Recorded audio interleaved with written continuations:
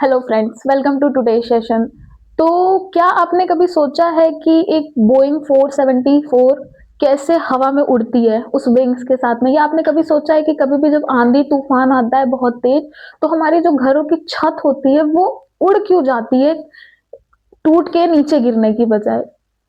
कभी अगर आपने इन सब चीज़ों को देखा हो और अगर आपने इन सब चीज़ों के पीछे की इंजीनियरिंग को जानने की कोशिश की हो, तो इसके पीछे एक बेसिक इंजीनियरिंग कॉन्सेप्ट काम करता है जिसको हम बोलते हैं बर्नौली थ्योरम।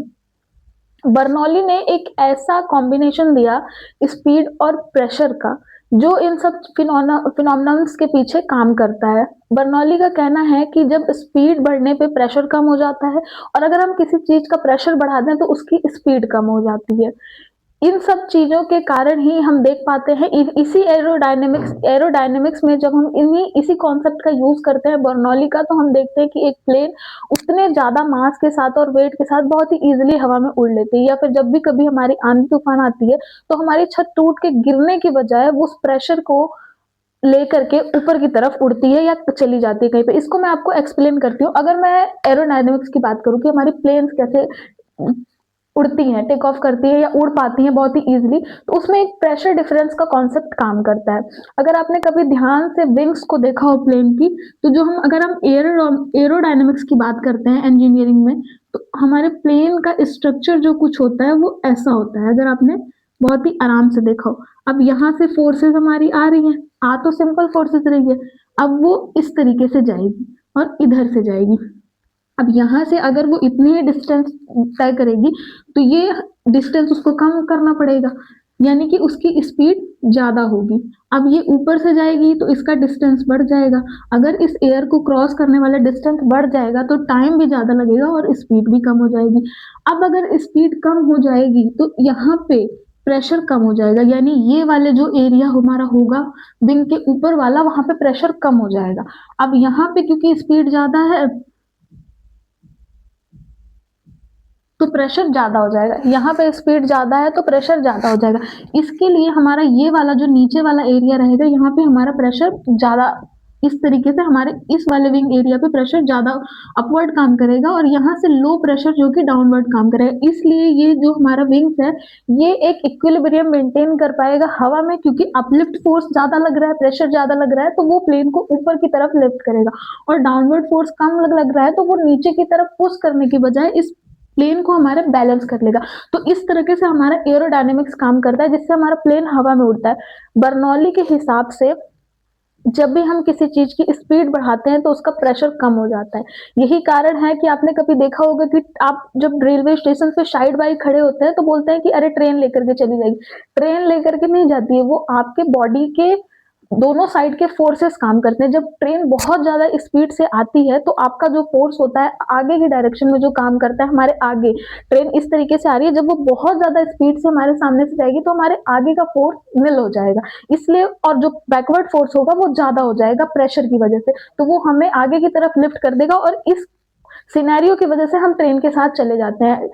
आपने बर्नौली के बहुत सारे एक्सपीरियंस देखे होंगे। आपने देखा होगा कि कभी कभी हम चलती हुई बस से उतरने की या ट्रेन से उतरने की कोशिश करते हैं तो हमें वो आगे की तरफ लेकर के जाती है। ये सब जो हमारा काम करता है वो बर्नौली के प्रिंसिपल पे ही काम करता है। बर्नौली ने जो फॉर्मूला दिया था वो सीधे सीधे था कि हमारा जो स्पीड होता है वो जो हमारे प्रेशर के इनवर्सली प्रोपोर्शनल होता है। अच्छा, अब इनवर्सली प्रोपोर्शनल की अगर मैं बात करूं तो कुछ लोगों का ये भी क्वेश्चन होगा। इनवर्सली प्रोपोर्शनल को सीधे सीधे ये बोल देते हैं कि अगर हमारी स्पीड बढ़ेगी तो प्रेशर घट जाएगा, और अगर हमारा स्पीड घटेगा तो हमारा प्रेशर बढ़ जाएगा।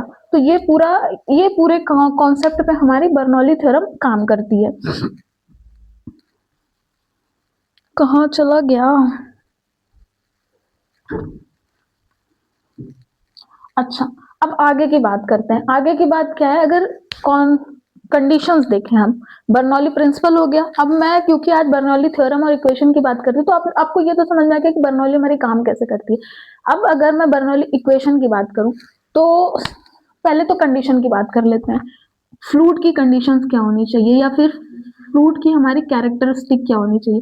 पहला तो हमें स्टीडी फ्लो चाहिए। स्टीडी फ्लो क्या होता है? स्टीडी फ्लो का मतलब होता है कि अगर हमारी, सपोज करिए ये पाइप है, तो पाइप में अगर ये चीज वाटर हमारा इस प्रेशर से आ रहा है, मान लीजिए कि ये वाटर पार्टिकल यहाँ तक पहुंचा, तो जितना ये एंटर किया यहाँ से इतना ही वाटर हमारा बाहर भी जाना चाहिए। इसको हम स्टेडी फ्लो कहते हैं कि जितनी हमारी एंट्रेंस होगी वही हमारी बाहर भी चला जाएगा। मतलब ये नहीं है कि अगर हमने यहाँ से वाटर अंदर भेजा तो वो कंप्रेस हो जाएगा अंदर, नहीं, वो जितना अंदर इतना अगर अंदर जाएगा तो इतना ही वो पाइप से बाहर भी चला जाएगा, जितनी एंट्रेंस होगी उतनी ही एग्जिस्ट भी हो जाएगी उसकी। अच्छा, दूसरा क्या होना चाहिए? कंप्रेसिबल फ्लूइड होना चाहिए।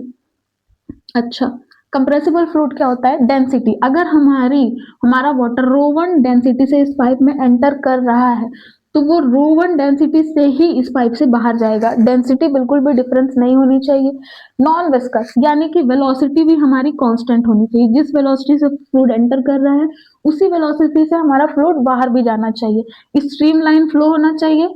स्ट्रीमलाइन फ्लो का मतलब है कि लाइन में ऐसे फ्लूइड, ये सब चीजें आपको फ्लूइड की प्रॉपर्टीज जब आप पढ़ोगे तो बहुत आराम से पढ़नी होगी। वो अलग से एक टॉपिक है, अगर आपको चाहिए होगा तो आप कमेंट करके बताओगे तो मैं उस पर वीडियो बनाऊंगी। अच्छा, अभी एक क्या कहने वाली बात है कि इन सब चीजों को आप समझने पे ध्यान दीजिए, नोट्स बनाने पे बिल्कुल भी टाइम नहीं वेस्ट होगा। नोट्स मैं डिस्क्रिप्शन में प्रोवाइड कराऊंगी। ठीक है, आते हैं अपने टॉपिक पे। स्ट्रीमलाइन फ्लो होना चाहिए, तो क्या स्टेडी होना चाहिए? आइडियल फ्लूइड होना चाहिए।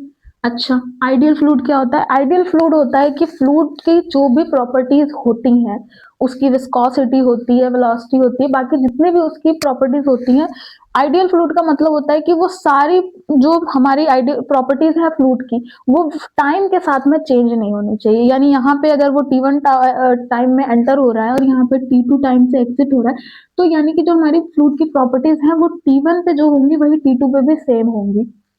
तो ये हमारी सारी कंडीशंस हो गई फ्लूइड की। अब बात करते हैं इक्वेशन की। ठीक है, मान लीजिए ये एक पाइप है और ये हमारा वाटर है। क्रॉस सेक्शन दोनों अलग रहेंगे। यहाँ पे एंटर कर रहा है वाटर, यहाँ से बाहर जा रहा है। v1 वेलोसिटी से एंटर कर रहा है, कुछ v2 वेलोसिटी से बाहर जा रहा होगा। यहाँ पे रो होगा, यहाँ पे भी रो होगा। इसकी हाइट आप देख रहे हैं, यहाँ पे h1 हाइट लगाएंगे, यहाँ पे h2 हाइट लगाएंगे। रो नहीं लगेगा यहाँ पे, इसको कट करना पड़ेगा। Sorry friends, it's my fault. रो तो हमारा सेम रहेगा ना डेंसिटी। यहाँ पे कुछ P1 प्रेशर होगा और यहाँ पे कुछ P2 प्रेशर होगा। ये हमारा A1 कुछ एरिया होगा, यहाँ पे हमारा A2 एरिया होगा, इसके हिसाब से। अब बर्नौली हमारी थ्योरम क्या बोलती है कि किसी भी फ्लूइड की कंडीशन जब वो आइडियल फ्लूइड हो, नॉन कंप्रेसिबल फ्लूइड हो, जब वो किसी क्रॉस सेक्शन से पार होता है तो हमारी जो ऑल द फोर्सेस होती हैं एक स्ट्रीम लाइन में, ऑल द फोर्सेस का सम कांस्टेंट होता है।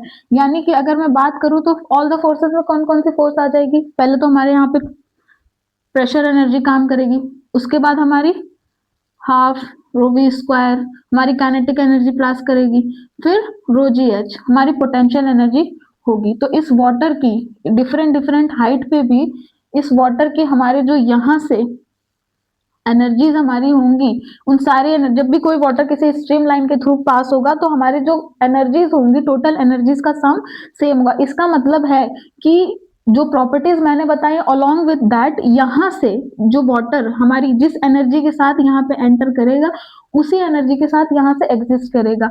भले उसका प्रेशर यहाँ पे कुछ और था, यहाँ पे कुछ और था, वेलोसिटी यहाँ पे कुछ और काम कर रही थी, यहाँ पे कुछ और थी, हमारा जो एरिया है वो अलग अलग है, ये क्रॉस सेक्शन अलग है, ये बड़ा है, लेकिन जिस एनर्जी के साथ में वाटर यहाँ से एंटर करेगा उसी एनर्जी के साथ में वाटर हमारा यहाँ से आउटवर्ड डायरेक्शन में चला जाएगा। ये सारी एनर्जीज यहाँ पे सम होती हैं। प्रूविंग वगैरह मैं डिस्क्रिप्शन में दूंगी। तो उम्मीद करती हूँ कि आज के बाद जब भी आप ऐसा कोई फिनोमेना देखें जिसमें आप ट्रेन वाला एग्जाम्पल हो या आपका प्लेन वाला एग्जाम्पल हो या फिर बस से उतरने वाला एग्जाम्पल हो, कोई भी एग्जाम्पल हो, तो उसके पीछे आप उसे नॉर्मल एक कोइंसिडेंस ना समझ के उसके पीछे इंजीनियर्स की तरह सोच करके देखें कि कैसा लगता है। उम्मीद करती हूँ कि ये टॉपिक आपको अच्छा लगा होगा। Thank you.